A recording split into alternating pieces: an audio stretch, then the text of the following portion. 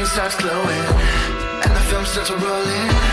You wanna be knowing what you might be in for. So give the show a listen and find out what you're missing. Put yourself in position for the in-ticket score.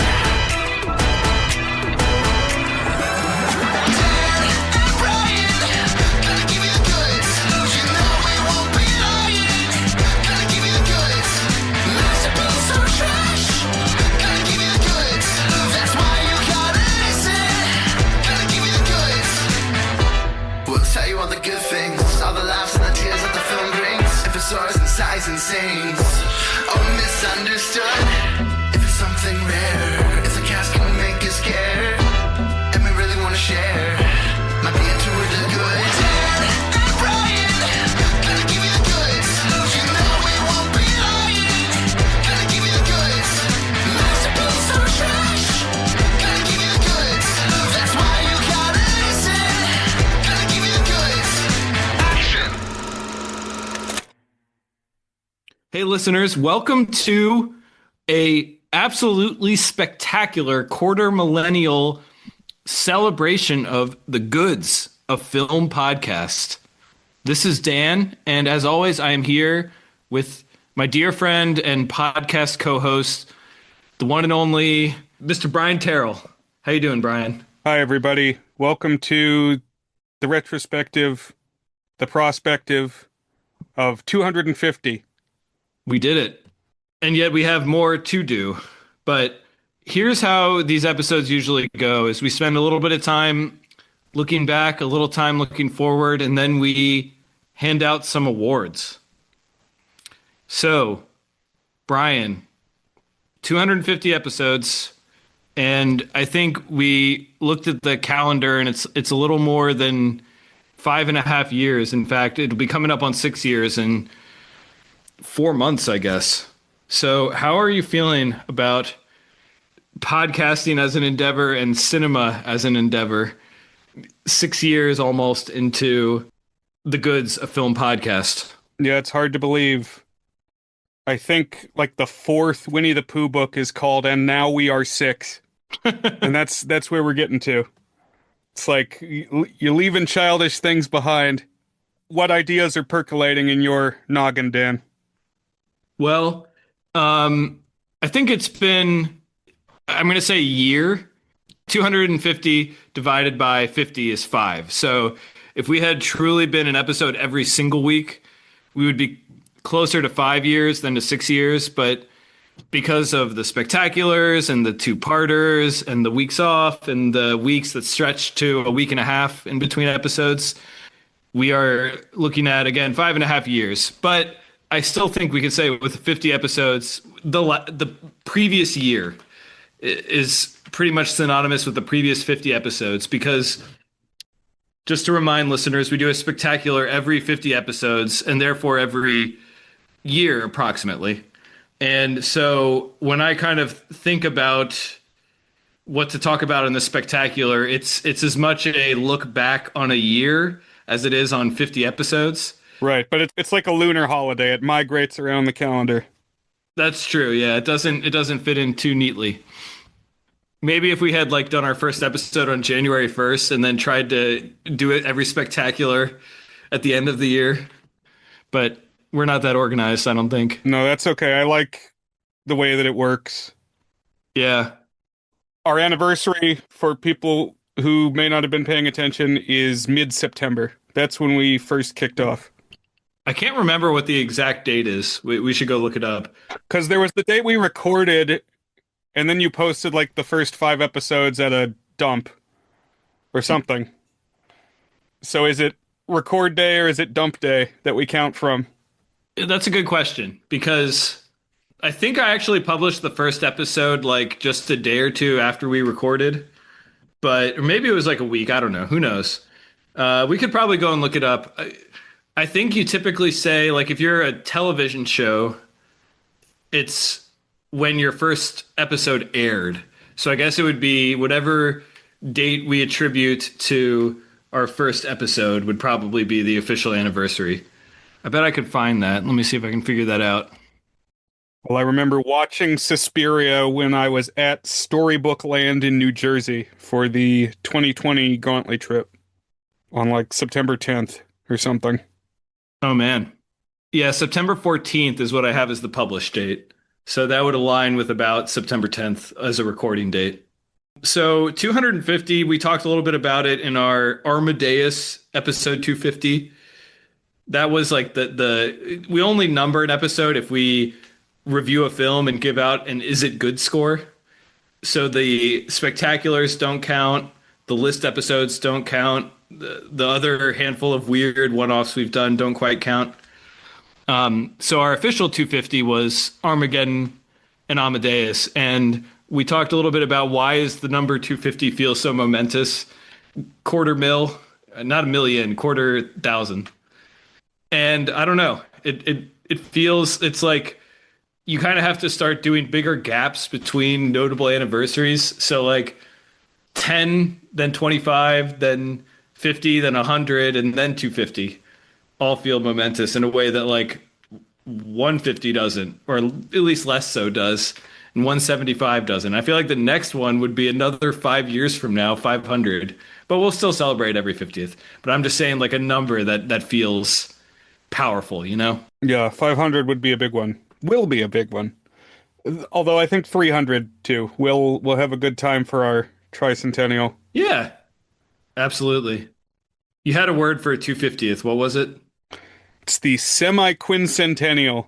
That's what they're saying on the news these days, because as we said last time, it corresponds with the American semi-quincentennial. I don't like that word. I don't like it as much as whatever it was for 150.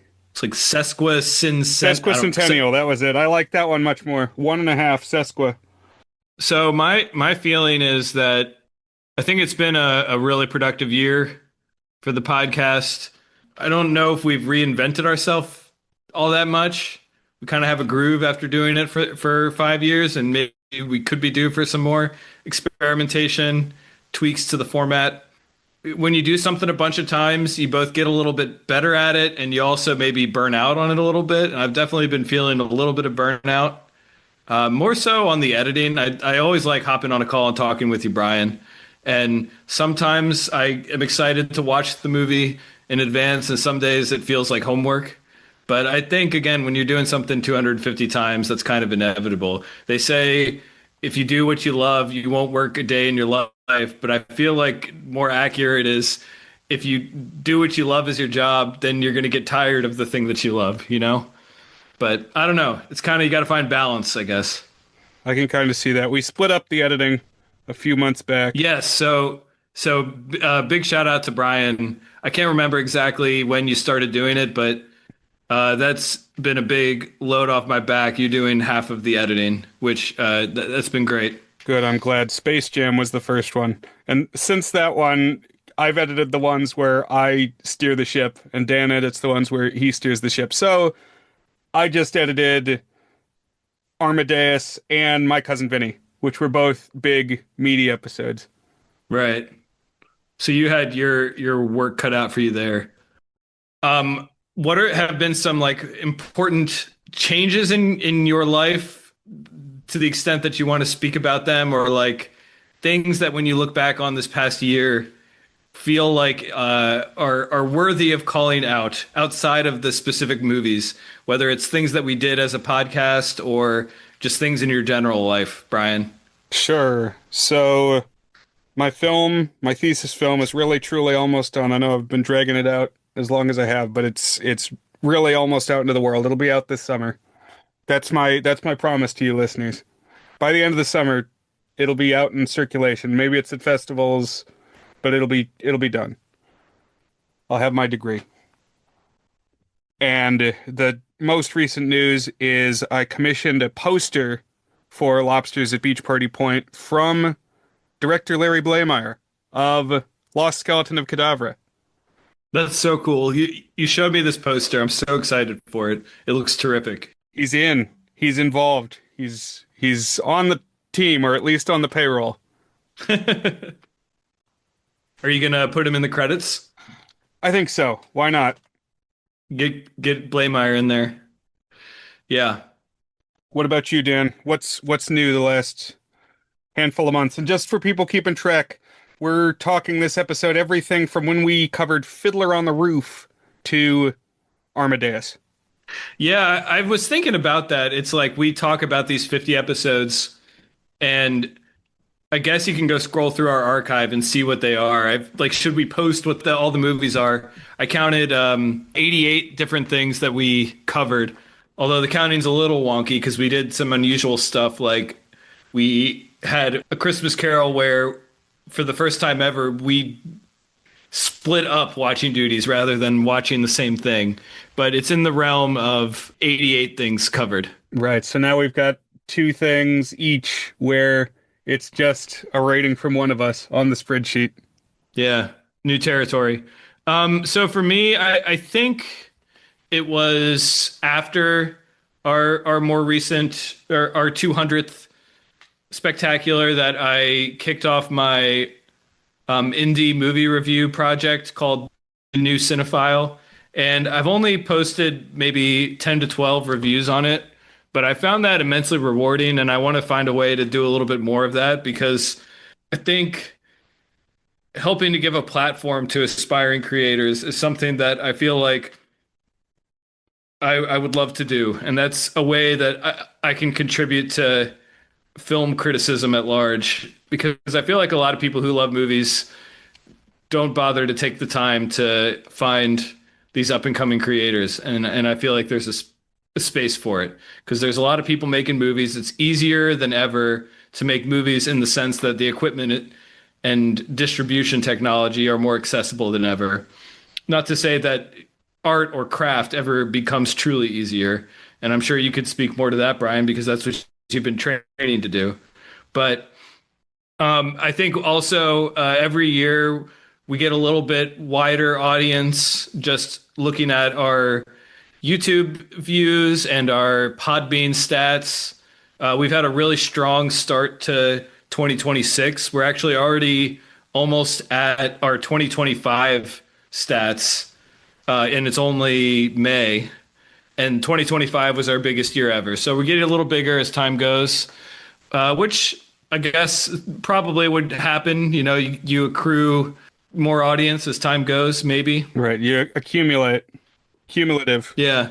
But we've also had really good engagement in our small but lovely community, mainly on Discord. We have a Discord server where we're pretty active. We post new episodes. We discuss them, and then we just kind of talk about whatever's going on. And we had some people join us. We had Mitch from the Movie Call podcast, who I met on Letterboxd and have now even met in person, has been very active and has been a real treat. We had a guy from Atlanta, or it's funny I say that because Mitch is also from Atlanta, but I was thinking of Eli, who sometimes comments on our Discord too. And then we have our people who have been around for a while who I always love to see as well. We have Jim MD and my brother Will, and I'm sure there's others that I'm missing. Oh, Thrash, of course. So Gavin, many of whom have been on our pod at some point. So it's a little bit like, you know, we're making it so that we hear each other talk, but then also chatting in the Discord. But I've been grateful to have those people. Yes, good to grow the network. So beyond finishing your student film, which, by the way, congrats on all the progress on that, and I just can't wait to see the full thing. I think it's going to be awesome, and I think that will be something worth celebrating for sure. Maybe we can find a way to celebrate. Oh yes, I'm excited. Thank you for your support again. But what else is on the horizon for this year? Well, that's the great thing about checking in every week is you'll get the updates as they come. I'm PAing on a set on Monday, possibly more opportunities with that in the future. I am doing some curriculum projects again, working on a Blender curriculum, so learning about 3D animation, making that accessible to young folks. So that's the immediate future for me. Cool. What about you, Dan? Well, I'm always on the grindstone writing reviews on thegoodsreviews.com. I try to get a few out a week. Sometimes I try to hit a streak of like 10 days in a row publishing a review. I'm always trying to watch more movies because there's so much that I want to see. One kind of philosophical shift that I really noticed both in the ratings of this year's movies, and again this year the past 50 episodes. I think it was a combination of we just in general picked good movies, but also I feel like I'm warming up to the concept that I don't need to be so prescriptive about goodness. It's like kind of I'm trying to be more celebrate what's interesting about a movie. Like I almost feel less attached to the ratings than I used to. I feel like I've been saying a lot recently. I just looked at the language of the rating rather than feeling too much about like the numeric score. It's like I've been drifting away from my obsession with the numerics of rating movies recently, but also just tilting more positive on them and trying to find what makes each movie interesting. And that's kind of come with just trying to watch a variety of stuff and think about what makes it meaningful and hear different voices about what makes movies meaningful. So I would say like philosophically, I'm kind of opening up to the medium even more as an art form. It's a little bit like that meme, the bell curve meme, where I don't truly feel I'm like a movie, like a level that where I would be someone on the right end of the bell curve. But that's kind of been my experience so far. It's like when I first started seeing movies, I was like, oh man, all these movies I'm seeing are awesome. And then I hit the middle, I was like, oh, I need to be more critical of these films. And now I'm back and like, man, movies are just awesome. I just like watching movies, you know? So I don't know. Yeah, sometimes I think that I never change, but I will say I gave out more eights, our top score in this batch, than I have in any previous batch. I don't know, it's something like 10 eights or something. Yeah. I think it's probably the most for me too. Yeah. I think part of that is we just picked a lot of really good movies, as we will talk about. Like when we do our top five, I easily could have done a top 15 and felt great, like as great about number 15 as I have about some number fives in the past, you know? But it's also kind of ironic that I say what I just said about feeling less attached to like having to prescribe what movie is good or not, given that the name of our podcast is The Goods and our signature section is it good? I was kind of thinking that, but carry on.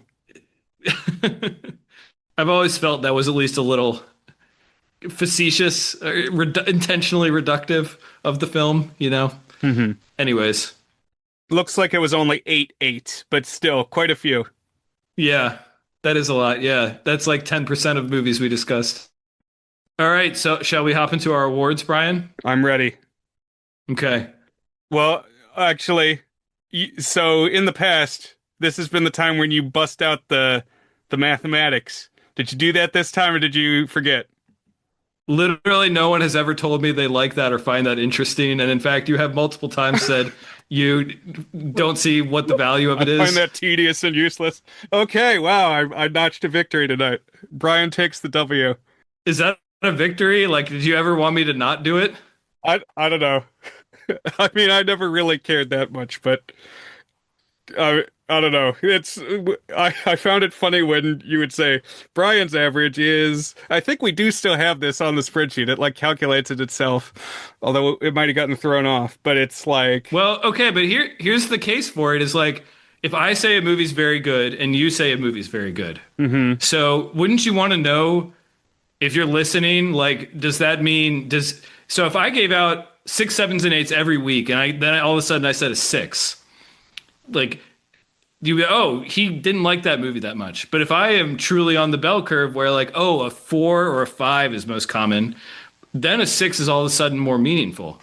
And similarly, if you are giving out much higher ratings or much lower ratings on average, us giving a score could be more meaningful or less meaningful. Like, do you see how that could potentially be informative to a listener about like what our average is or like, and how that informs the way that we give out scores? I can kind of see that. I think it's more informative if you listen to a few episodes and you start to pick up the idea of what is Brian core and what is Dan core. Okay. And that will tell you what a rating from each of us means. But even saying that, I did go to the tab on the spreadsheet, and my overall average of ratings. My most average, most quintessential Brian rating is a 5.14, and Dan's is a 5.17. Oh, so we are doing ratings now. We're doing numbers. Okay. Brian's the mathematician now. So there you go. That you get that those two numbers that are point zero 0.03 apart. So I don't know. I mean, I guess I think it's a little silly. But what does that number say to you, Dan?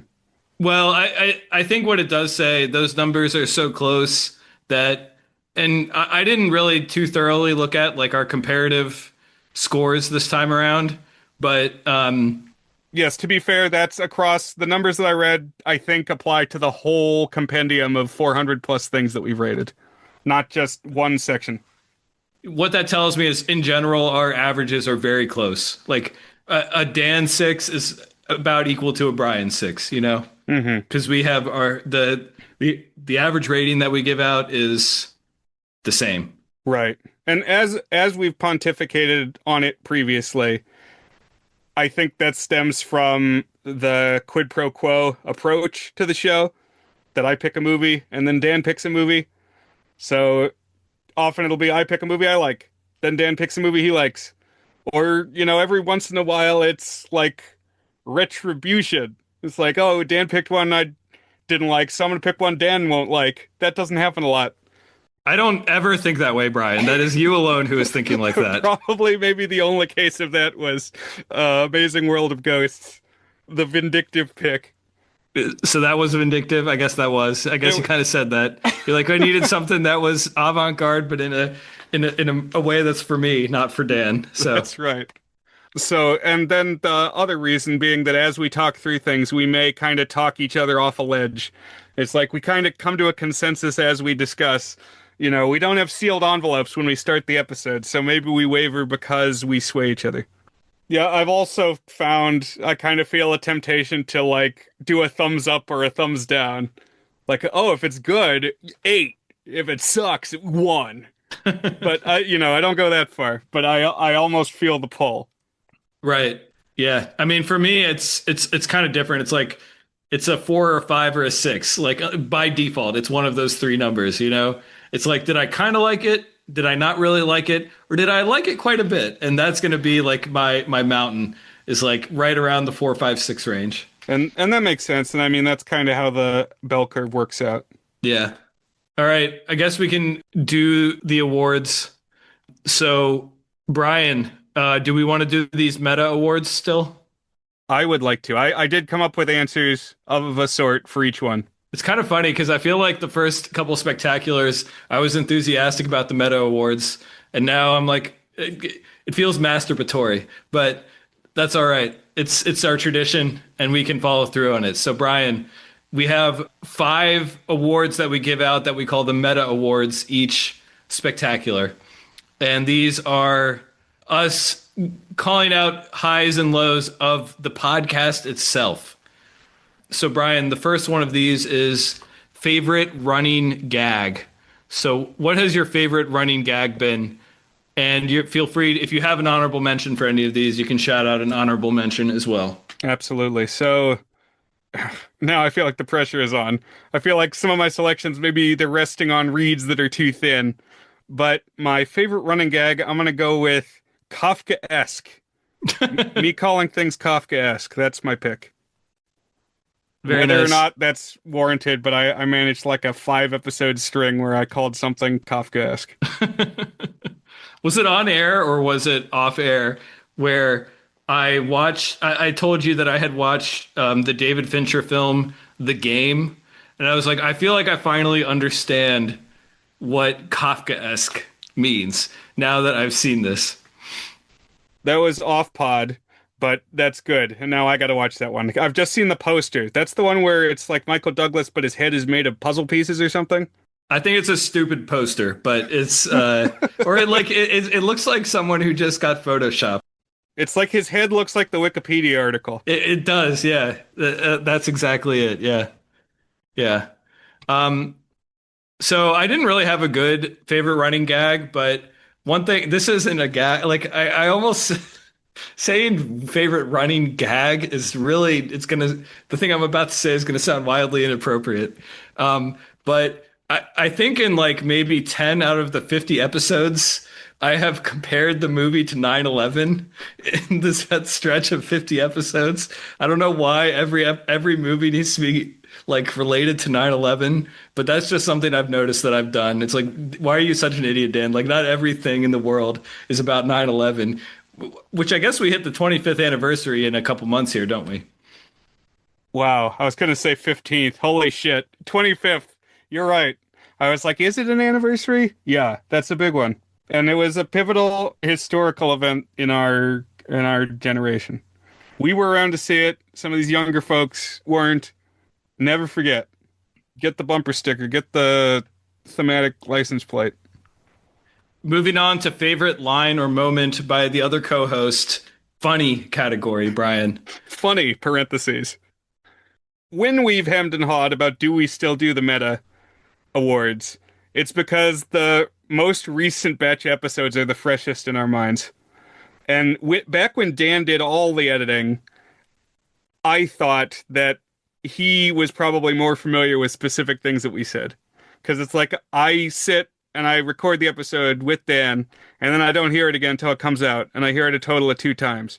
But now that I'm editing half the episodes, I hear stuff more frequently. So maybe that changes my awareness, my fondness. I don't know for sure. All of that to say, the most recent episodes are still the freshest in my mind, and so I am going to pick from our Armadeus episode when Dan is discussing the Requiem scene and, Salieri and Mozart collab on putting this piece of music together. Basically, Mozart is dictating and Salieri is transcribing, and Salieri's master plan is he's going to get credit for this Requiem. Basically, it's going to go under his name, and he's going to drive Mozart to death and then play this piece at Mozart's funeral, and people will forevermore associate Salieri with Mozart's legacy. And Dan said, well, how is this really going to work? Because what? They're going to find this piece, and they're going to say, well, who wrote this? It's in Mozart's handwriting in the room where Mozart writes music. It was probably Salieri that did it.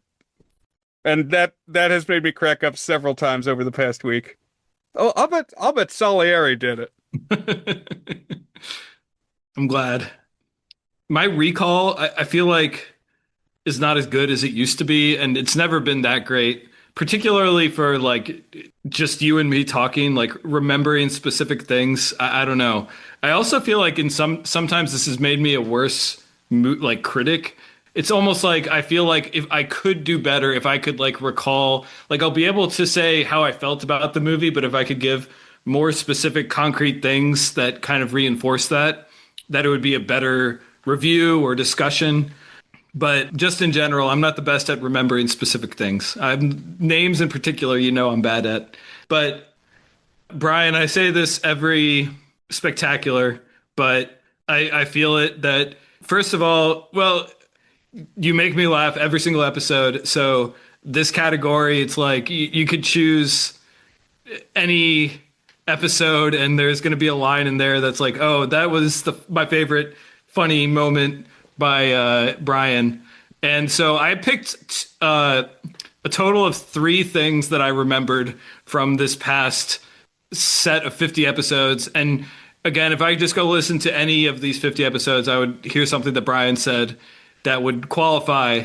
But the thing is, you're funny in a way that often your insight has a comedic bent to it, and your insights often strike me as amusing in one way or another. So I feel there is a blurry distinction between the funny category and insightful category. So are you officially combining your categories? Is it all one thing, or?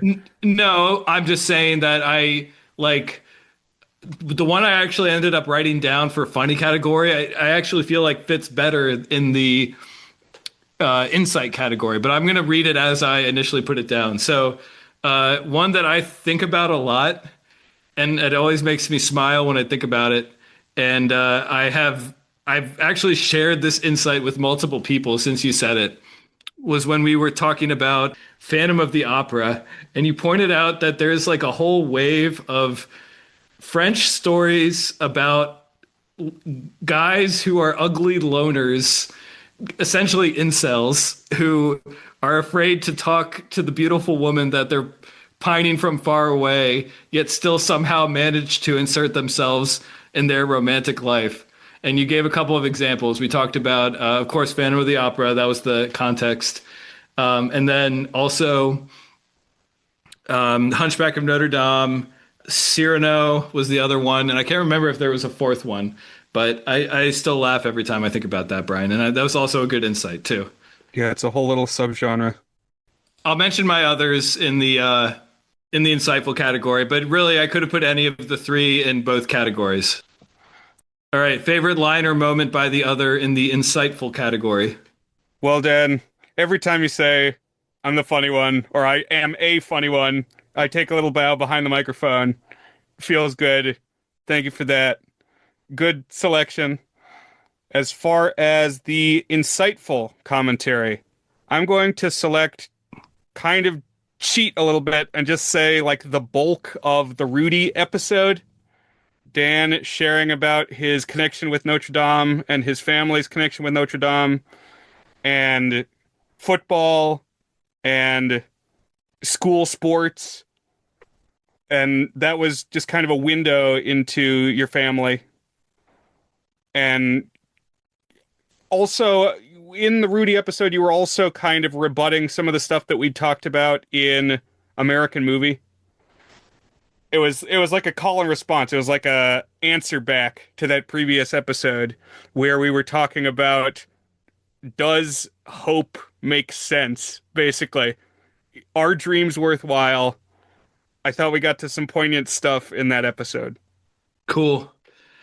That was a good conversation, and that really did line up well. That I think I said Rudy was the anti-American movie, which makes it sound like I like one and don't like the other, which is not true. I actually quite like both movies. Or that Rudy is anti-American, which I would not say. That's true. But yes, no, it's a rebuttal to American Movie. Yeah.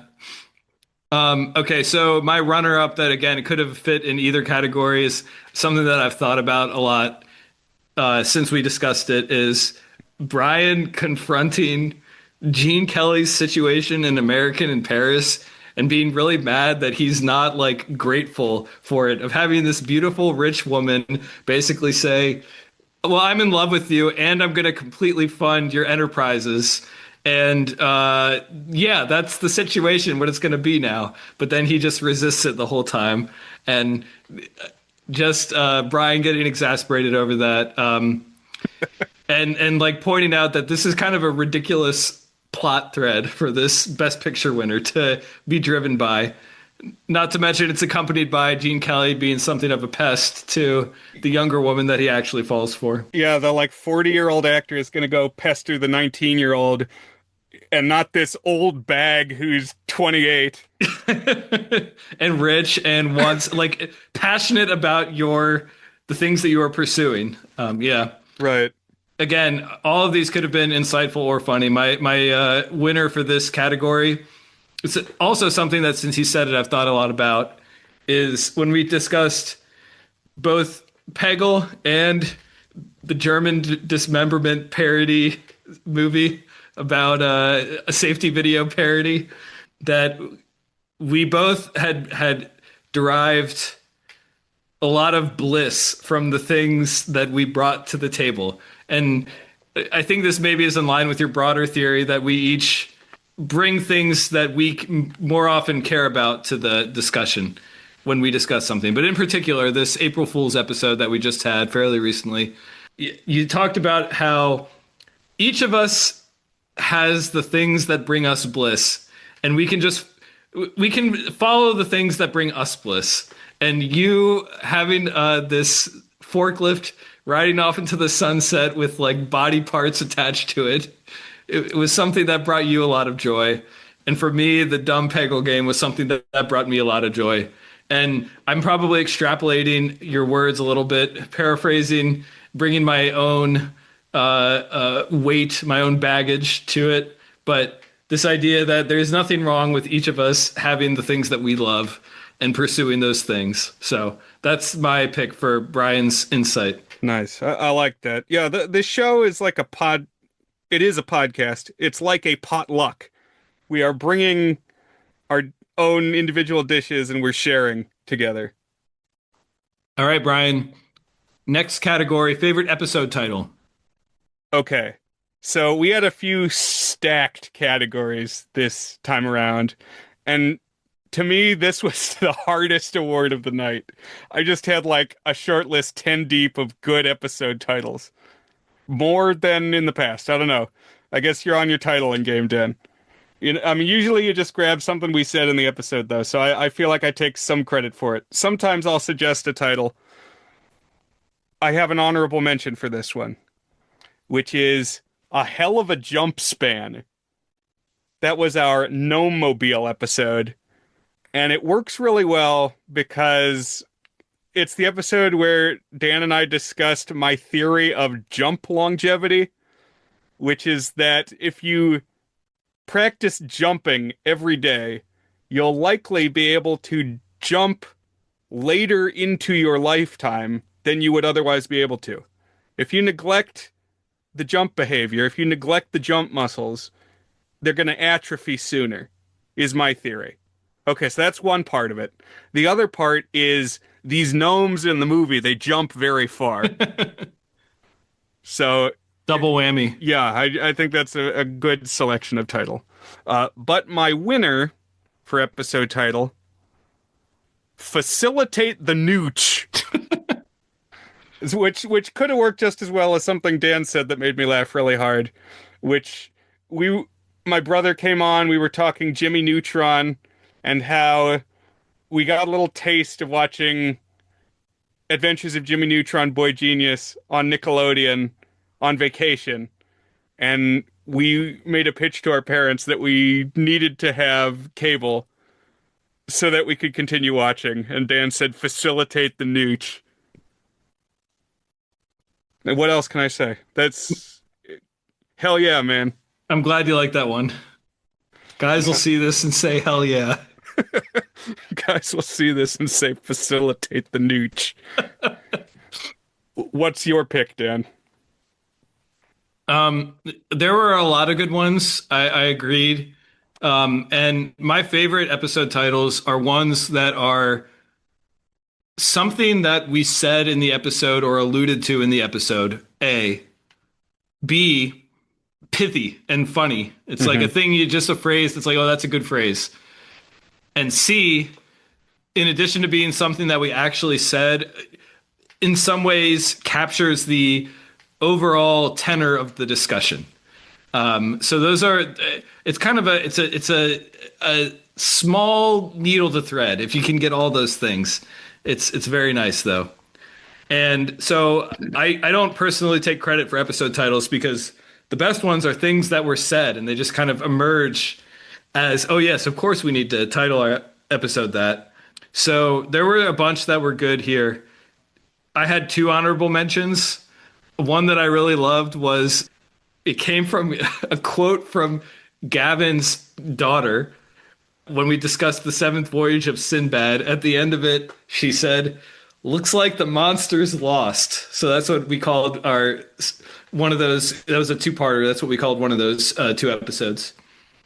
Another one that is a phrase that just pops up into my head every now and again, ever since Brian said it for the first time, is that in the movie Varsity Blues, we talked about how our mutual friend Brian was closer to him, a guy named Bo in high school, had a spleen injury, and I don't exactly remember what the context was, but that he would persevere, spleen or no spleen.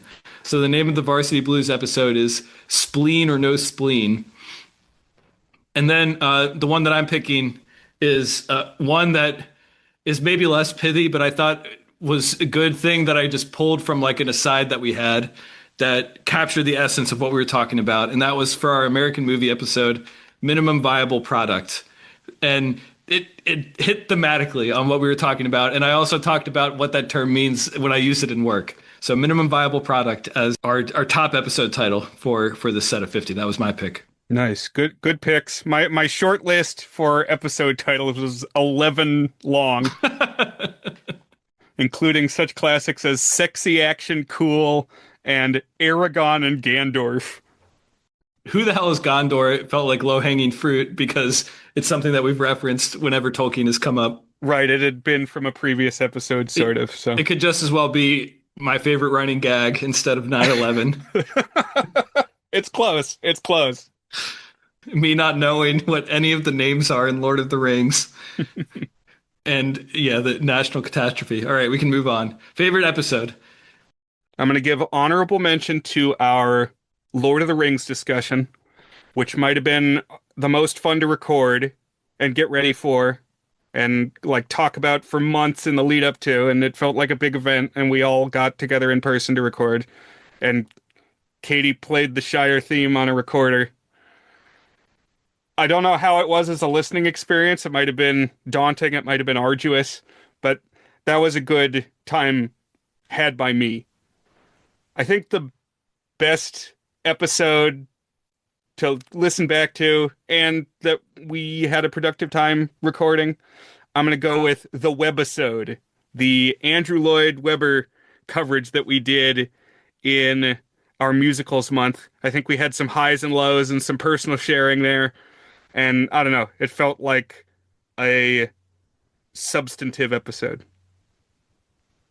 Very nice. I am cheating again with two runners up because two runners up. You know what? I was going to say the Lord of the Rings was one of my runners up, but you basically said verbatim what I was going to say, which is that it was an achievement. I have no idea how it is to listen, how that episode was to listen to, but I felt like I'd achieved something when we finished that episode. I felt like I had come to like a personal breakthrough when we discussed Lord of the Rings. We went there and back again. Okay, but then I'll do my runner-up. I thought for sure this was a shoo-in for your favorite episode, but the Jimmy Neutron episode is the most unhinged thing that we have recorded and probably will record. It's like, for whatever reason, when Andrew comes on, the nonsense just starts coming out, and we all lose control of our inhibitions. So that was a very fun one to record, I think. Release your inhibitions, Dan. Feel the rain on your skin. But I'm going to go with American Movie, Minimum Viable Product, is also my favorite episode. It felt like we were cutting deeper on that one than we often do, and like thinking about why the hell do we do what we do each week, and not just that, but like what we do in life, and why does this movie make us feel that way? I think maybe if you were to pair that with the Rudy episode as a 1-2 punch, that could be a way to go. But I'll pick the American Movie as my official selection. All right. Now on to the Oscars style portion for the actual movies that we watched, Brian. That's right. So, Dan, tell me, what was your biggest surprise of what we watched? So I think I've changed over time what this category means to the point that I don't even really know what does biggest surprise mean. Like it could be a specific thing within a movie. I think what I initially thought of this category meaning and have often awarded it as such is what movie most exceeded my expectations. But I think that's not necessarily the only way to interpret biggest surprise. So if I were just doing it in that way, the answer might be Them, which is like, I thought it was just going to be a cheesy 50s film along the lines of some of the other ones we've talked about that wasn't going to have much heft to it and was going to be campy. But that thing's a banger. Them is awesome. So go see Them if you haven't. But I'm instead going to do biggest surprise in terms of not necessarily what was better than what I thought, but what most made me feel something different than what I thought I was going to feel when I watched it, or what most changed the trajectory of my inner feeling about that movie and about the art of cinema after I watched it. And it's two things I've already mentioned. So my runner-up is going to be American Movie, which I had seen many funny quotes from it over the years. So I was like, this is going to be a funny movie. and instead like made me deeply pensive about the creative process and why do we even undergo the creative process. And then for the winner, I have to choose Lord of the Rings because I went from not liking Lord of the Rings to liking Lord of the Rings, or at least being very skeptical and uncertain about my feelings towards Lord of the Rings, to actually quite liking it and admiring it. I might even read the book aloud to my kids sometime in the next year or two, which will take a year or two, I think, because Yeah. we only read for like 10 or 15 minutes each morning. Yeah. That's admirable. That's ambitious. And I still sometimes play the role of the Lord of the Rings skeptic just because it's a good character for me. But I do quite admire and enjoy those stories at this point. So, what about you, Brian? Biggest surprise? I had a pretty long short list for biggest surprise. Also, I had like 5 possible picks. For my honorable mention, I want to shout out the Postal movie that we just recently talked about. Great pick. You heard it's like one of the worst films of all time. I didn't really get that. It's one of the most crass films of all time by design, but I often found myself laughing. I found myself surprised by the craft of it. I mean, it cost $15 million to make, and you see it on the screen.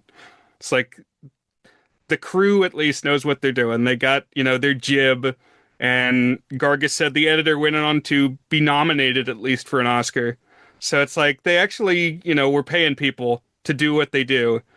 And it had maybe one or two trenchant insights about the culture of the 2000s.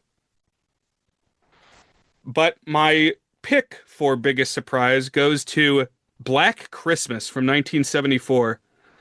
I mean, I had heard of this because it got an episode on Buzzed on Movies, but I'd never seen it before. And it's really scary. And it's just super well done because it feels real. I don't know. It feels like this could happen. And the way that it ends unresolved, that this dude is still out there doing these depraved things, and he just wandered in one night. And then, who knows where he'll end up next. Maybe he's in your attic. Just very effective, very scary, very disturbing. Great pick. I loved that movie too. That could have easily been one of mine as well. All right, on to best scene. Another stacked category. So what'd you pick? So I had trouble narrowing down my honorable mentions on this one. There's so many good scenes, and I decided to rule out one of my honorable mentions on the assumption it's going to be one of yours. And I will call that out if it is, and I will say what it is if it's not. But for my honorable mention, I'm going to do Rudy taking the field at the end of Rudy. Beautifully shot, so fulfilling. It just makes you feel like having dreams is what makes life tolerable, to quote that film. And scored to this absolutely beautiful Jerry Goldsmith. And it just feels like destiny taking control, so it's a remarkable, but that's actually not quite right. It's not destiny taking control. It's the payoff of an individual pursuing that with a fury, and how that can ultimately pay off, and does ultimately pay off if we devote our spirit towards good and worthy pursuits. So I love that. And then my winner, though, is another movie ending, another one that just I feel things throughout my physical body as I watch. That is the reveal of Kaiser Soze's identity in The Usual Suspects. That's I just such a bravura ending that reframes everything that movie is, and is so well edited, and just an incredible moment. It's got this slow-mo dropping of the mug. That's the equivalent of like the knowledge bomb that's hitting us as we watch it. And it just upends the entire story that we've been told so far in a way I find extremely provocative and really makes me think about storytelling. So I love the ending of the Usual Suspects. That's my pick. Brian, what about you? Solid. I dig it. Yes, I think the best thing about these retrospective episodes is that it gives us an excuse to go to YouTube and watch the clips again. Listen to the songs, watch the best scenes. So that is definitely enjoyable. My honorable mention goes to Moses parting the Red Sea in the Ten Commandments. He's led the people to the edge, and you've got the literal cast of thousands, everybody filing along, all their carts and goats and, trees that they're bringing from their houses, and they're carrying the old folks and even the dead folks. They got like the bones of Joseph and all this stuff that had to be put on the screen and walk through this desert. And then they get to the sea, and Moses holds up the staff. And yes, on the Blu-ray, you can kind of see the Blu-ray seams less than I could in the old TV broadcasts, or more than I could in the old TV broadcasts. But just they sell it. Like they made this convincing. The music is awesome, even more so when the waves crash down in again and wash the Egyptians away. It's like, dang. Okay, I'm seeing people getting swooshed away by the water. And it has a power, it has a gravity. It's like you can tell why this is a story that has lasted 5,000 years.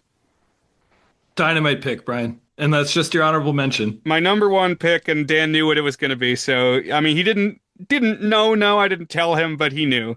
It's the end battle from Bedknobs and Broomsticks, which might be my favorite movie scene of all time. Just the 10 minutes from when the army is brought to life.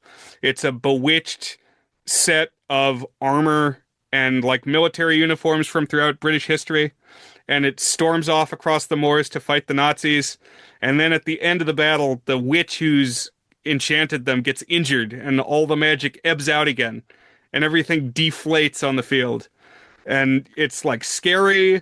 There are funny bits. They just thought about this premise and came up with 100 tricks of like what would happen if. And then they went and did every single one of them. And it's got the Mary Poppins grade green screen, making everything really just feel magical in 1971. So, it's a long movie.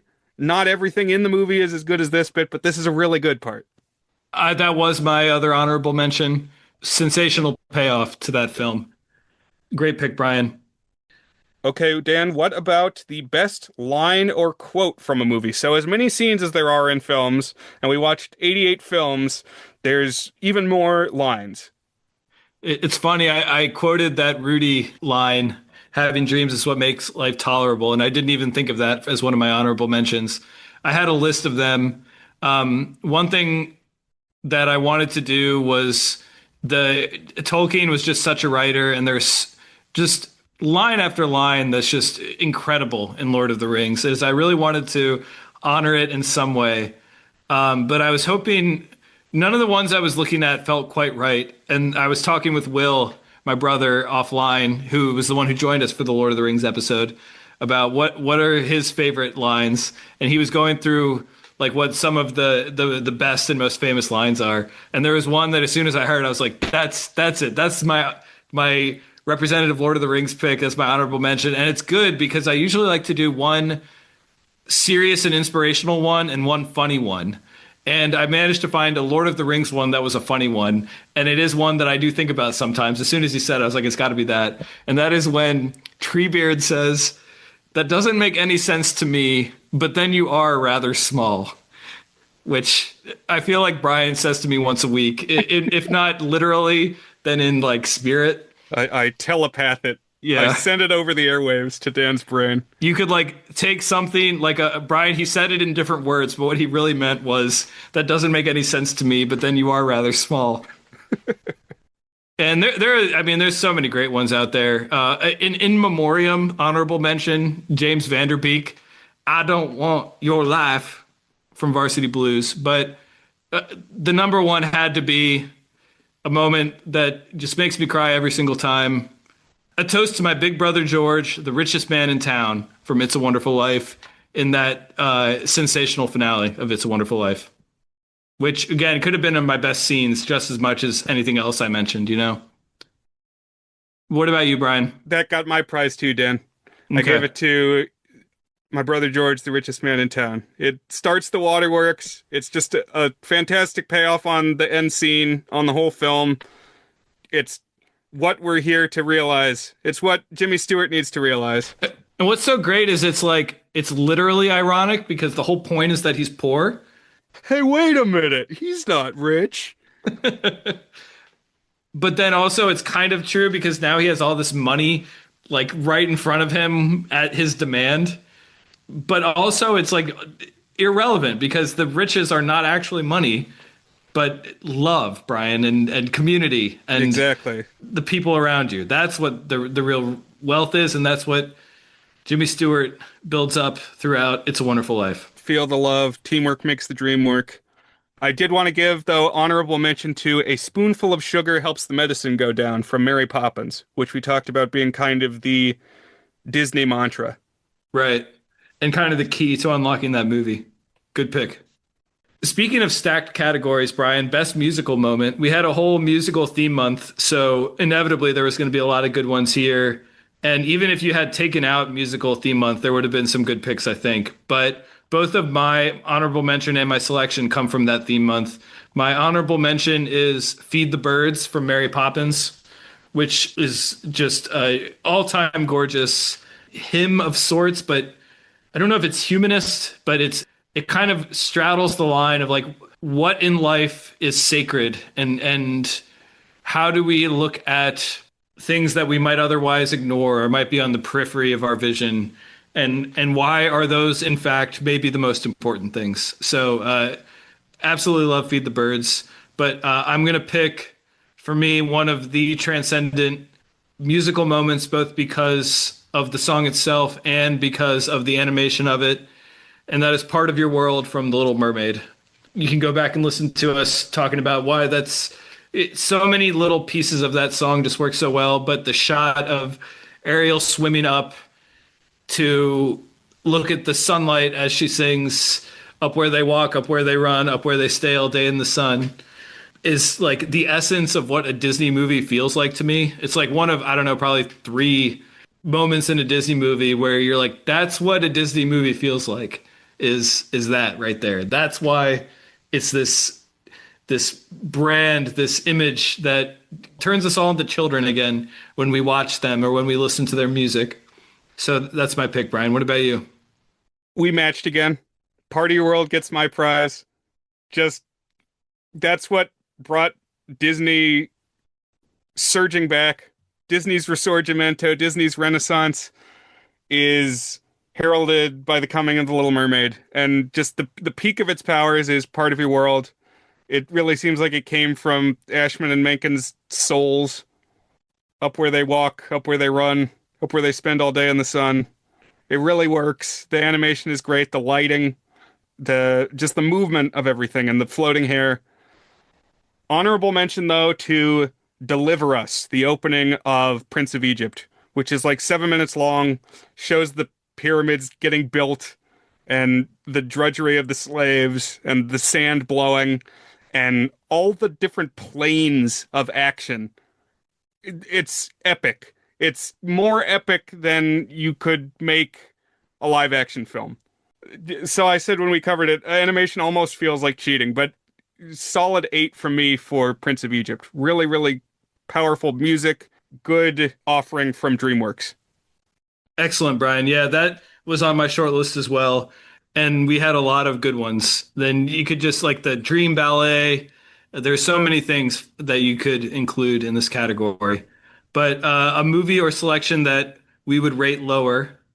I had a really hard time with this one. Yeah, so this is one that we've weighed over the years, and like if anything gets dropped, maybe this. Like I would say you don't have to pick one if you don't want to.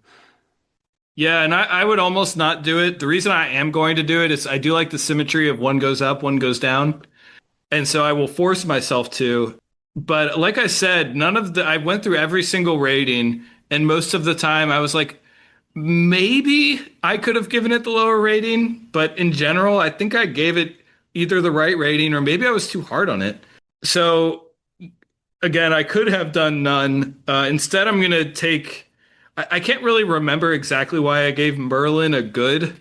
I guess I'm going to bump that down to a good-ish, which feels so trivial and petty, but I was like, I got to choose something. So Merlin goes from a 5 to a 4, Brian.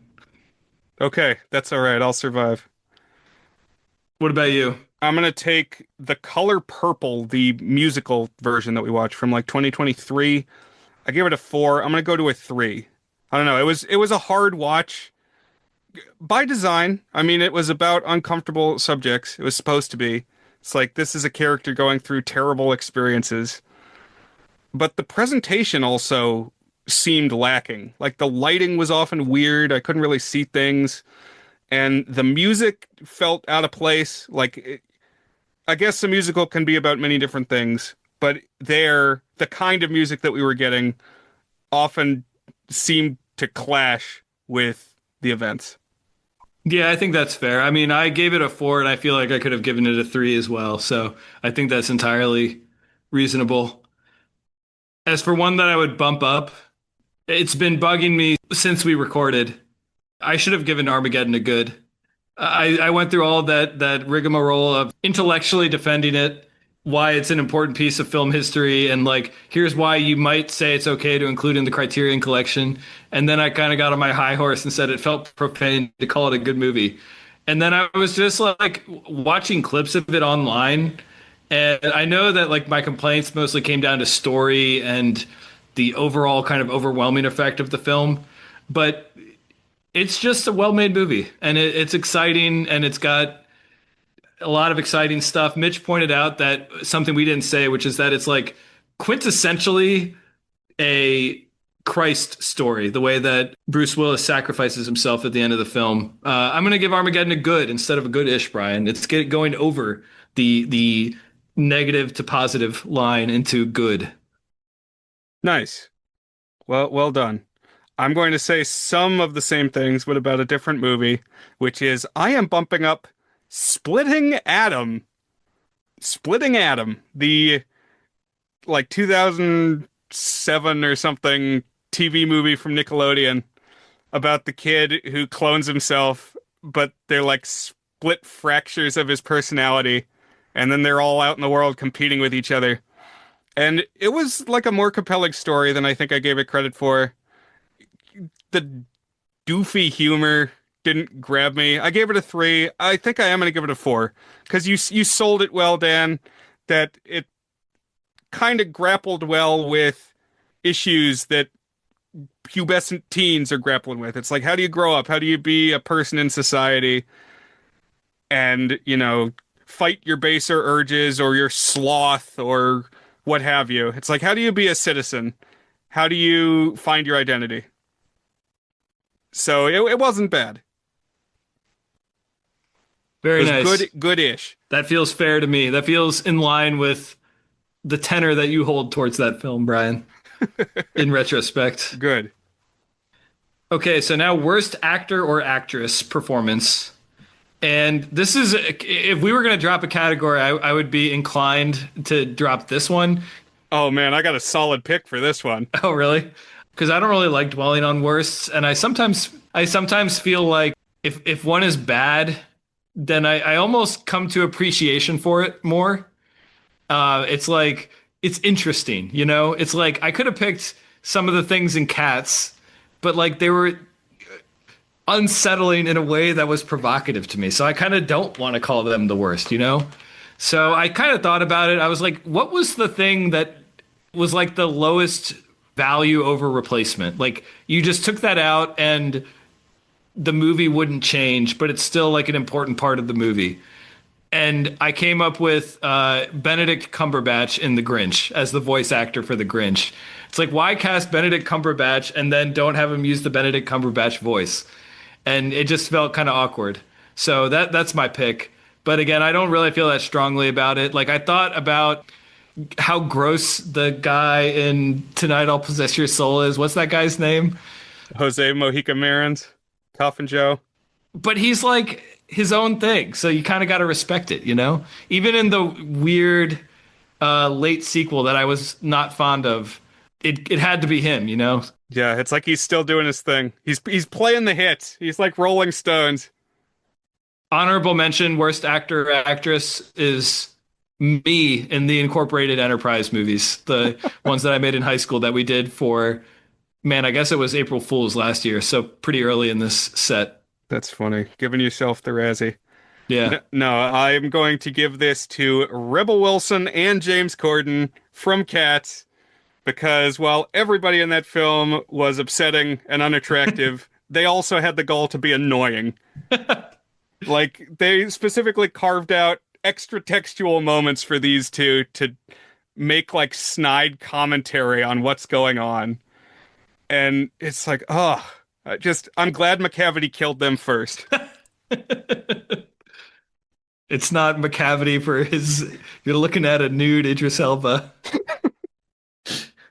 No, that's a reasonable pick, Brian. Speaking of, I mean, not Idris Elba, but speaking, I guess, taking a step back to when I mentioned Color Purple. I just watched the new Michael Jackson movie like yesterday, and Coleman Domingo is in it playing Michael Jackson's evil father. Oh, God damn it, Coleman. It's like, okay, well, he's getting typecast now. Yeah. He's basically doing exactly the same thing. But the thing is, it's like ironic typecasting because Coleman Domingo is like a very likable and charming guy. So it's like he's going out of his way to be non-charming, to take villainous roles. Mm-hmm. I don't even find him smarmy in his charm. I just think he's like a cool and likable guy that I guess now he's been cast as the bad guy in multiple things. But you should see him in Sing Sing. He's really good in Sing Sing. I will. I'll watch that. Yeah, I gotta see him in other roles. All right. Now we're getting to the good stuff. Everyone from here on out is like a category that we hold close to our hearts, Brian. Okay. To me, the single most stacked category out of all of the categories, Best Actor. I really, well, I didn't really struggle because there was two of them and I saw them. I was like, it's got to be that one, the honorable mention, and that one, the winner. But I'm going to read my honorable mention and my winner, and then I'm going to let you go, Brian. And then I have 8 more honorable mentions I'm going to call out, too. Ooh. I just got to. Okay. All right. So my honorable mention has become like in the lineage of movie roles where I will just go out of my way to every single time say, you know what, who was awesome was blank and blank. So, for example, Mia Goth in Pearl and Amy Adams in Enchanted. And add to that list Dylan O'Brien in Twinless. Honorable mention. Double role, but he just made the character so interesting when he was kind of like a dull, straight guy. And just an absolutely incredible performance. The entire movie rested on his shoulders. So Dylan O'Brien as Rocky and Roman in Twinless. And then, of course, the best actor performance for me is Jimmy Stewart in It's a Wonderful Life, up there with my favorite movie performances of all time. You'd want to talk about movies that wouldn't work without that. That's the one where it had to be Jimmy Stewart because he has to have that exact charm with that exact right amount of neurosis and edge, and he has to break down in that specific way, and then he has to sell his transformation at the end. And he's just so funny, and he has good line deliveries, and he's so distinct, and he has great chemistry with everyone, and it's just a perfect performance. I love that performance so much. Jimmy Stewart in It's a Wonderful Life. All right, Brian, what about you? Okay, well, I'm getting the feeling that this episode we're going to have a lot of overlap. Maybe not as much as the one where we both had the Toy Stories as our top pick. But I also give Best Actor to Jimmy Stewart. Just really powerful in It's a Wonderful Life. You know, he goes through a whole life. He lives a whole life in this movie, and then he kind of unlives it. And you see the emotions play across his face. Just the trauma, the anguish, and then the redemption and the reappraisal and the acceptance of his life and seeing the value of his life. And he plays it just in a way that nobody else could. But I wanted to give honorable mention, though, to F. Murray Abraham. My boy Salieri got the statue. Best actor. Really makes that movie Amadeus work. You feel his anguish, too. Which a lot of it's self-imposed. It's like, this is a twisted guy. Twisted up inside, and he's messed up. But you love to see it. You love to watch him. All right. Yeah, I'm just going to, those are terrific picks. Obviously, we matched on one, but I had F. Murray Abraham as one of my 8 honorable mentions beyond the two that I already called out. So 10 overall shout outs. In third place, I had Tom Hanks in The Terminal. In fourth place, I had F. Murray Abraham that you just shouted out. In fifth place, I had Philip Baker Hall in Heart 8. And then here's my other five in no particular order: Sean Astin and Rudy, Dick Van Dyke and Mary Poppins, Mark Borchardt in American Movie, just a one of a kind. I don't know if you call him an actor, if it's a documentary, but just a one of a kind performance. Frederick March in Inherit the Wind. I think that's the name of the guy who plays what's the name of the real life analog character? William Jennings Bryan. He's the villain. Yeah, I thought he was so good in that. Topol and Fiddler on the Roof. Jim Carrey and How the Grinch Stole Christmas, Brian. And just because I love him and I'm glad that we got to finally talk about him on the pod, Don Knotts in Ghost. What's it called? The Ghost and Mr. Chicken. The Ghost and Mr. Chicken. That's what it is. I'm glad we finally got around to that one in this bitch. Yeah. Yeah. So just a terrific set of lead performances that we got to discuss. I was definitely weighing the Inherit the Wind guys. Yeah. Him and Spencer Tracy, both great jobs. And by the way, I actually had as like my 11th places the entire cast of Lord of the Rings, because there's like so many good performances in Lord of the Rings. Like you could do basically every single one of these awards by just something from Lord of the Rings. I think. So, including Sean Astin again. So like, yeah, I think previously I've talked about that back in the day, like the early days of the Oscars, the Best Actor award went to body of work for the year, not one specific movie. So like, Timothy Chalamet get nominated for Wonka and Dune or whatever he's got going on. He's all over the place these days. All right. Best Actress. Some very good ones in this. Not quite as overwhelmingly stacked as Best Actor for me, but still some good ones. I'm going to pick Julie Andrews in Mary Poppins as my winner. Incredible singer and a character that I think is probably tougher to capture than you might expect, because it's this blend of like sort of wry bitterness, but also just needs to be the most charming and benevolent character that you're willing to follow wherever she goes and believe that she is the most lovely person that you've ever met. And she pulls all of that off. A terrific performance. My honorable mention, I'm going to go for Tatum O'Neal in Paper Moon. One of the great kid performances that I've seen. And that movie, I feel like, is not one that's come up a lot in our discussion since, but I really liked Paper Moon, Brian. And I thought Tatum O'Neal was so good in that. So that's my honorable mention. What about you? Great. Yeah, I mean, Tatum O'Neal also won an Oscar. I think youngest person to win an Oscar, at least in the competitive category, like not a special award just for them. And this is another duplicate because I give my prize to Julie Andrews as Mary Poppins. Best of the bunch. Just as you said, she's got to say one thing and convey another. Where she's kind of, each line she says is the like stern line that would be expected of the governess, but she has this warmth and attraction, and everybody knows her, everybody likes her, and like that's what comes across. And she sings, she dances, it's a powerhouse. And she got Best Actress for her year for that movie. But honorable mention to Jodie Benson as the Little Mermaid. Oh, yeah, very good. Incredible voice performance, very emotive. And yeah, great singing. All right, on to best and worst titles. So we did it for the podcast episodes. Now we're doing it for the actual movies.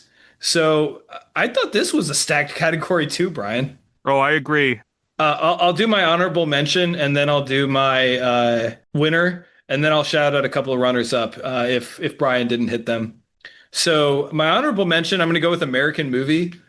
It's not an anteater title. Like, it doesn't tell you exactly what it is, but it feels like it's a movie about the American dream, and somehow it just feels right. I don't know. It's like, it's about a guy making a movie, and it's also like, what does it mean to be a young man in America making a movie, So it's just very evocative too. It's like, it's bold to claim your movie to be American Movie, and yet it feels right for me. And then my winner, again, there's so many you could pick, but I'm just extremely fond of Twinless, the movie and the title. And I like how the phrase twinless comes to mean different things as you learn more about each of the characters. Obviously, the big one being the twist that's about 25 minutes into the film, where you're like, oh, that's what twinless means. But it's a title that it makes you think, like, what does it mean to be twinless? Like, I guess it's like unbirthday. Like, most days are not at your birthday. Most people are twinless. But that's not like you don't describe yourself. It's like suspect is hatless, repeat hatless from The Simpsons. Like it doesn't tell you anything, but then you realize it does tell you everything once you watch. So, and it just makes you kind of curious. So that's what I have. What about you, Brian? Nice. I had another fairly long short list, and I am very happy though with what I ultimately settled on, which is my honorable mention goes to At Midnight I'll Take Your Soul. Great title. Great one. I thought about that. Yeah. Yeah, so that was the first Coffin Joe film from Brazil.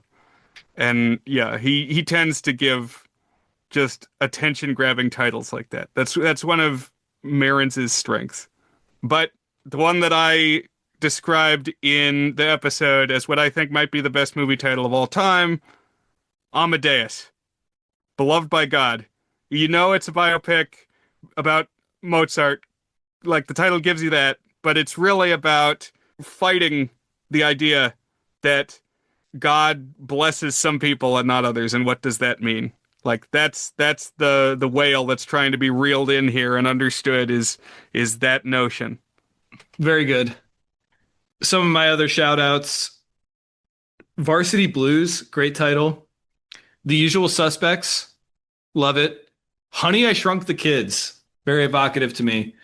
And then the one I wanted to pick as my honorable mention, and I should have, just because it's not going to get a shout out the rest of this episode, is the 1904 film or something like that, The Big Swallow.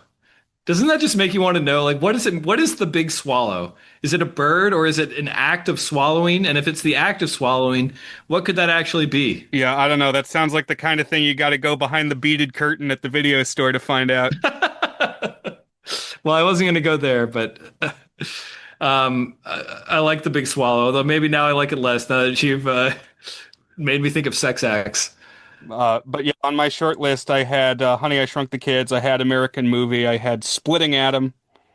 That is a good one. Good call out. Yeah. Worst title. I still don't get why it's called The Ghost and Mr. Chicken. I guess that actually, no, that's my runner up. My winner is A Prince for Egypt. Prince for Egypt. Like, okay. It's like a poor translation of the title. You know, it's like a Chinese knockoff. And like it's by Dingo Pictures, and now for me, Dingo is like a slur for a bad movie. Yeah, I hadn't really thought about this too much. I'm scrolling through and kind of weighing each one. The Last 5 Years works, but kind of once you start the movie. Like, would you tell anybody, like if you just leaf it through the newspaper, oh, well, let's see The Last 5 Years. That sounds interesting. Like, I don't know. It doesn't really have a hook. It's not even, it's not an anteater title, but it also doesn't grab you. But that's not even my pick. I'm gonna pick Space Jam: A New Legacy. That's a good pick because it's so stupid. A new legacy? That's the opposite of what a legacy is. Shout out to Honey, We Blew Up the Kid. Or no, is it We Blew Up the Baby? What is it actually? I think it's Honey, I Blew Up the Kid. Honey, I Blew Up the Kid. By contrast, you think that means a baby is going to explode when you hear Honey, I Blew Up the Kid. And that is not at all what happens. So that's honorable mention. One tier below the other ones. All right. Now we're on to worst movie itself. And this is another one where even the ones that are really bad, I find like something interesting about them. It's not too often a movie like makes me angry. There's kind of an obvious like canonical bad movie that we discussed, and I assume it's going to be yours, Brian.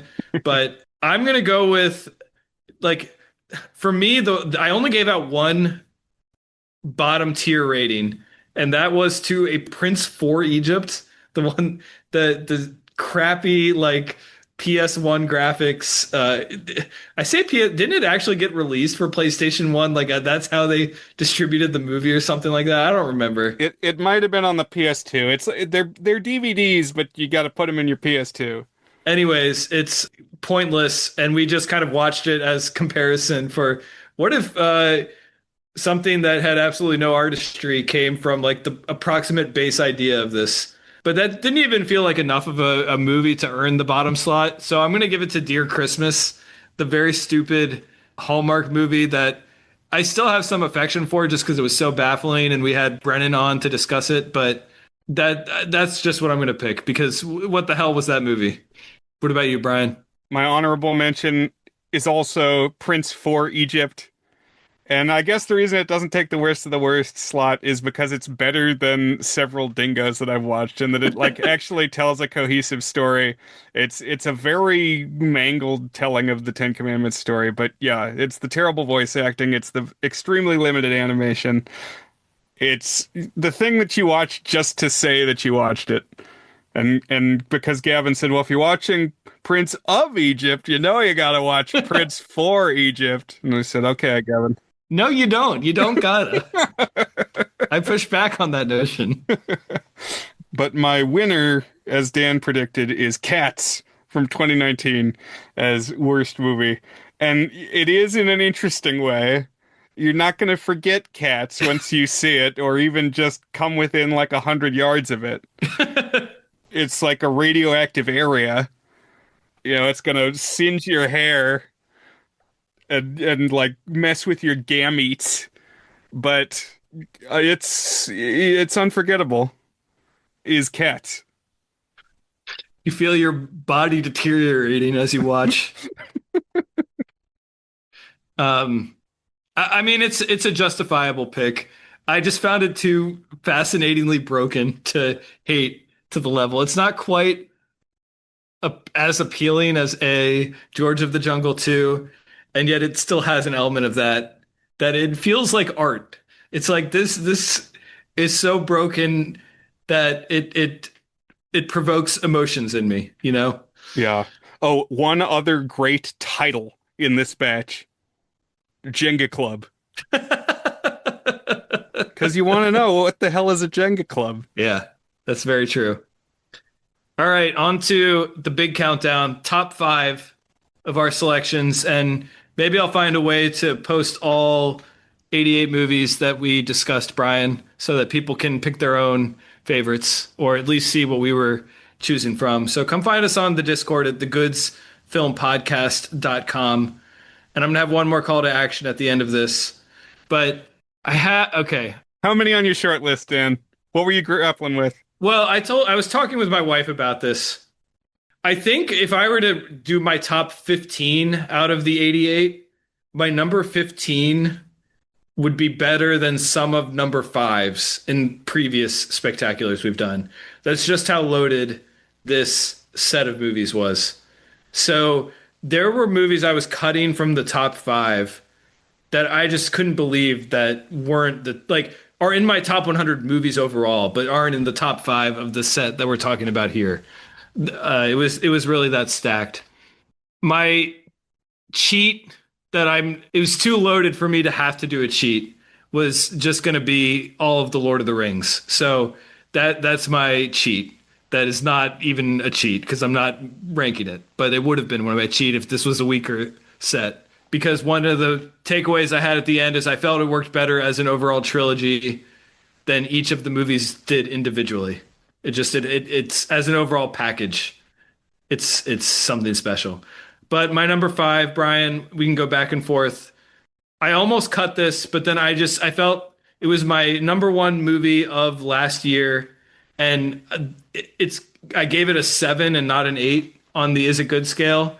And there are some 8s I'm not including, but just the one that like I would go to bat for and fight you over, not literally fight you over, but like make a strong defense for, like go out there and stand is Twinless.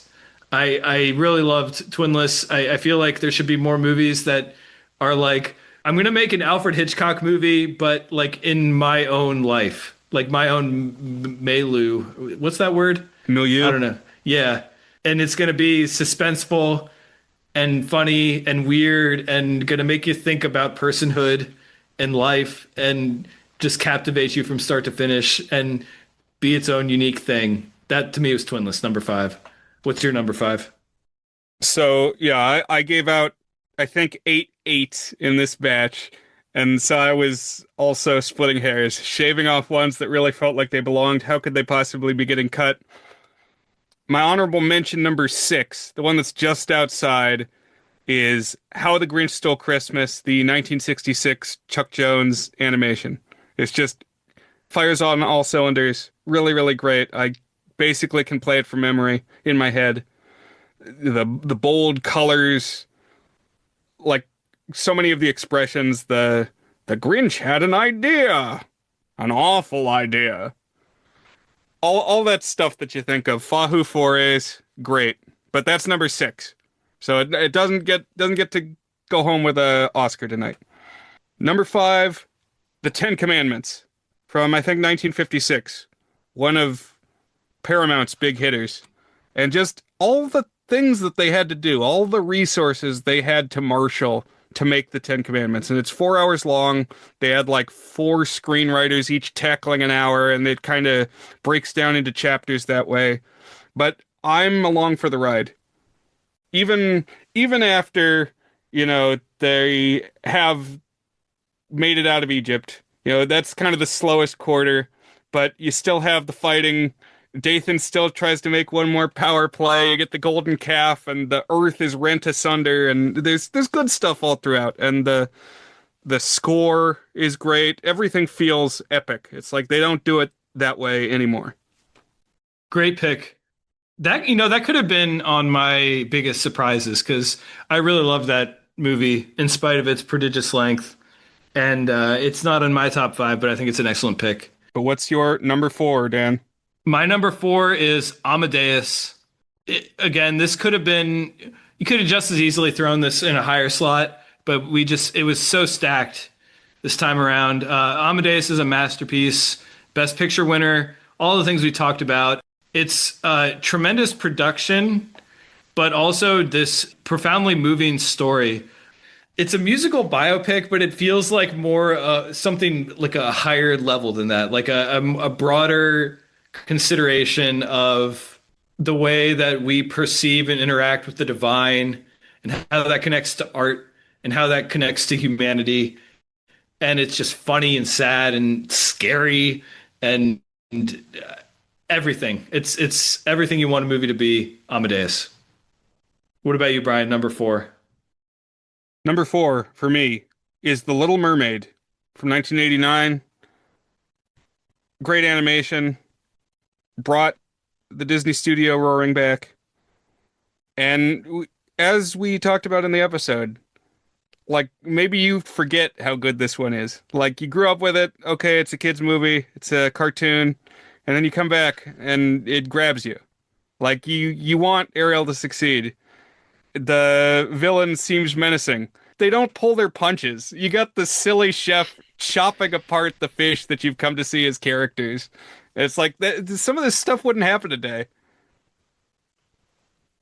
So yeah, just a good, like, it's not a very long movie. Goes by briskly, but it's concise, it's efficient, and it works. That's my number three, Brian. The Little Mermaid. It could just as well have been my number four instead. Swap it in Amadeus. I almost just called it Armadeus. That's the name of our episode. But everything you just said, and I don't even think I put it in my top five Disney movies when we counted down our top five Disney movies. I would have to have it there now. Probably like around number three, I guess. I don't know. But it's one of the most important animated movies, and it's the one that just really nailed what it is, what it means to be a Disney movie, to capture that sweeping feeling. I think the first half is stronger than the second half, but the overall effect of it is just so powerful.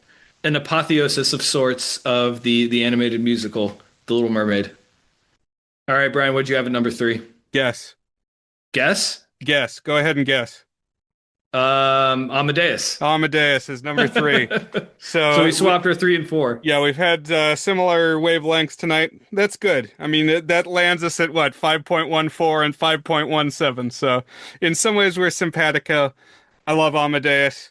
Glad that we finally got to devote an episode to it. Actually, one thing I didn't say is this was on my list of 10 day one picks to one day get an episode. And now here we are, 5 years and change later, with our Amadeus coverage in episode 250.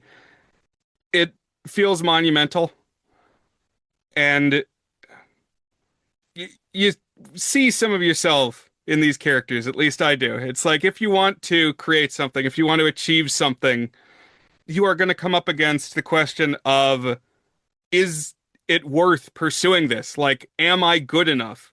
Is what I make going to last or even catch attention in this moment? Like, what is the role of an artist in society? Is an artist a servant? What does an artist have to do to rise above the crowd? And all of that is here in this just amazingly realized costume drama that's happening in the places where some of this stuff really happened. And yeah, deserving of that Best Picture win. Excellent. Not only did we have a lot of 8s that both of us gave out, we had multiple 16s overall, which is to say we both gave them 8s. And The Little Mermaid and Amadeus were in that group. My number 2 is It's a Wonderful Life. Probably one of my top 10 movies overall. I think I had it at number 9 when we did our top 100, and I don't feel like I would rate it any worse than I had it before. And I don't know if anything would leap over it. In fact, it might even go up a couple of notches. So, I mean, that just tells you the rarefied air of some of the best ones we're talking about here. It's a Wonderful Life is one of the movies with one of the performances, and it's a movie that's one of a handful, along with my number 1, I'll say, that feels like a movie that you can kind of guide your life around, that you can like say, this not only is wonderful art, but like something that's so successful in its storytelling and its cinematic art and its production and everything that it's doing to actually change something in your soul in the way that you engage with the world. And like really just, I don't know, when I watch It's a Wonderful Life, I'm so moved, and I feel like I want to and I must be a better person, a more loving person, more connected with the people around me. And if that's not the ultimate achievement of art, of like really changing you, I don't know what would be. So I absolutely love It's a Wonderful Life, and full on masterpiece, Brian. Well said. Man, for a moment I was thinking he's got It's a Wonderful Life at number 2. What could be his number 1? But now I think I got it. I'm looking at the list. I think I know what you're going to say. Okay. This number 2 for me is the pick that I don't know where I got this from. It feels a little crazy now in the moment, but there's something in the air. I'm going to say The Fellowship of the Ring. And if not that, Lord of the Rings considered as a whole. Because it's just such a breathtaking filmmaking enterprise that Peter Jackson undertook. And, you know, it kind of shaped. It was like one of those blockbuster moments that kind of steers what comes after. But I don't think anything has really gotten to the same point of epicness and craftsmanship again. And we talked about in the episode that it's not really a whole bunch of CGI. It's like they use the CGI to augment. It's like to build up the crowds and make some of the monsters, but a lot of it is, you know, miniature sets, and a lot of it is masks for the orcs, and just all this armor that smiths had to hammer out, and, you know, like 100 horses in a lot of these scenes. That, okay, people of New Zealand, if you got a horse, come to set such and such a day, and if you're a woman, we'll put a beard on you. And, you know, it's like they really thought through the casting, and it just has a scope, and it makes you feel things. And it does feel like you're along on a big journey. And then when they come home changed, and you are changed. So, yeah, I grew a new appreciation. It's like I was in a place where I liked these movies, and then we did our big epic episode, and it's like, these are solid. This is good shit. Great pick, Brian. As mentioned, I think highly of The Lord of the Rings as well. And I think you hit on many of the reasons why. And I know if Will were on here, that would be his number one, or maybe all of them together would be his number one, the cheat that I proposed.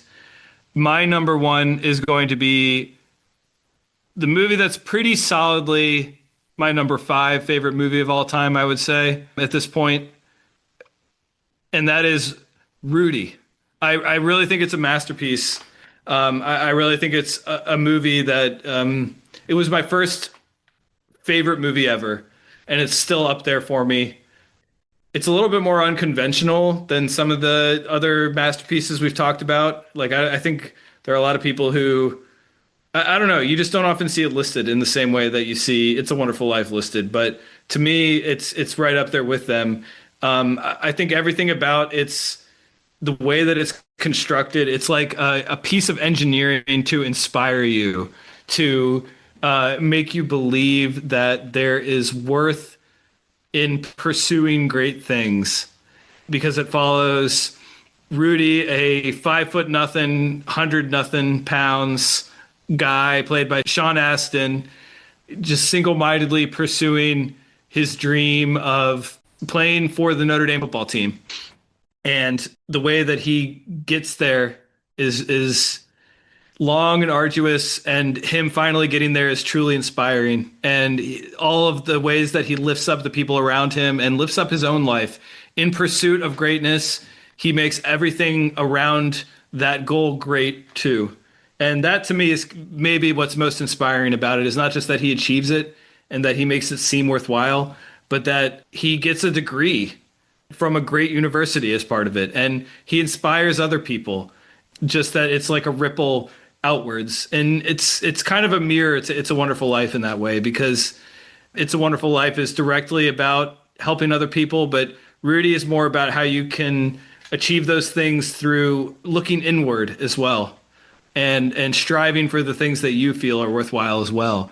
And it's just one that's always moved me and touched me, and great music, great cinematography, wonderful acting. I just absolutely love Rudy. And of course, I have so many personal connections to it too. Growing up as a Notre Dame fan, and my parents went to Notre Dame, and there was just something spiritual about Rudy for me that has never left me. So that is my number one of the set that we talked about this time, Brian. Great. I'm glad that we love movies, and we get to love movies, and we get to devote this time in our retrospectives to doing this. My number one probably doesn't surprise anybody. It's a Wonderful Life. It was part of that 16 club, and like, it'll wrench you. It's not one you can watch over and over. It's like you got to spread it out, maybe once a year, perhaps. But very effective. We've said already multiple of the things that are good about it. It's about the path to success lies in building community. It's not in amassing wealth. That's not what's going to do it for you, because you can't take that with you. But the legacy of the community that you build lives on. And a man leaves an awful hole. So that was also a really good episode that we did. Like, if I hadn't landed on It's a Wonderful Life for number one movie, I might have said number one episode. Yeah, that was a great discussion about a great film. All right, Brian, here are some movies that I would consider for my top 100 overall movies, and yet still didn't make my top 5. There's nothing like this in previous spectaculars, where there's a list this long of movies that I just full on adore and yet didn't get to shout out. And so I'll just mention them here. Mary Poppins, tough to not include in the top 5. When Harry Met Sally, one of the rom-coms. The Usual Suspects, a movie that I'm not even sure that we've said yet, and yet is one of my favorite movies. Cloudy with a Chance of Meatballs. And then I might tack on The Burbs and Paper Moon. Those are maybe a tier lower. But like, again, those pretty easily could have hit top 5 in previous spectaculars too. So just a terrific set of movies we got to discuss, Brian. Man, maybe sometime we got to add best animation as a category. I would probably just also give that to Little Mermaid, but I would be tempted to give it to the credit sequence of Quaycom 2. I really, really love the end credits of that movie. And I guess, I mean, the animation in those movies overall pretty good as well. Very expressive and has a cartoon energy. All right, Brian, we did it. And now I will give that call to action that I mentioned. So we've never done like a mailbag before. I don't know how common this actually is as a format, but at least 2 different podcasts I listen to do occasional mailbag episodes. So listeners, come either send us an email at thegoodsfilmpodcast@gmail.com or find us on our Discord, which you can get at thegoodsfilmpodcast.com.